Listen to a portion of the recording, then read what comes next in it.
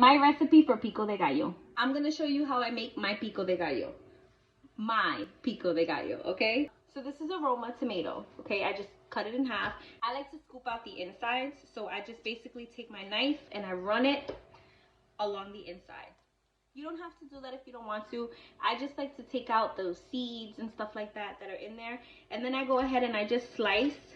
I like my pico to be chopped up very, very small because I'm not a big fan of tomatoes, but for some reason I love pico de gallo as long as the tomatoes are chopped up nice and small. This is why I like to cook at home, you know, because I feel like you can do things the way that you like them done when you're cooking at home. You can dice things the way you like them diced. You can season things the way you like them to be seasoned. When people comment on my videos like, you could have just got this at the restaurant, I know, but I actually enjoy this, okay? So now that I have my tomatoes all diced up nice and small, again, I just make this in the container. We don't need no extra dishes here, okay? So this is the container I'm gonna store it in. So this is the container I'm gonna make it in. So I'm gonna take some of those red onions, purple onions, whatever you feel like calling them. This is all based on preference and eyeballing. I have a whole onion chopped up in here. I use some of it for my fresh guacamole, which if you haven't seen that video, make sure you watch that. I'm just gonna take whatever's left and pour that in there. You could use less onion, you could use more tomato. Now we're gonna take some minced up cilantro, fresh, of course. Pico is definitely one of those things that as it sits, it just gets better. You know what I mean?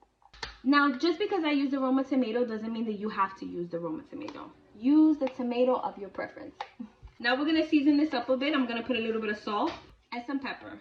My pico I like to keep pretty simple. You can add jalapeno in here too. I just don't put jalapeno because my family doesn't enjoy it. So then I add a little bit of avocado oil. You could do olive oil, extra virgin olive oil, and the juice of half of a lime or one whole lime, depending on how much juice your lime has.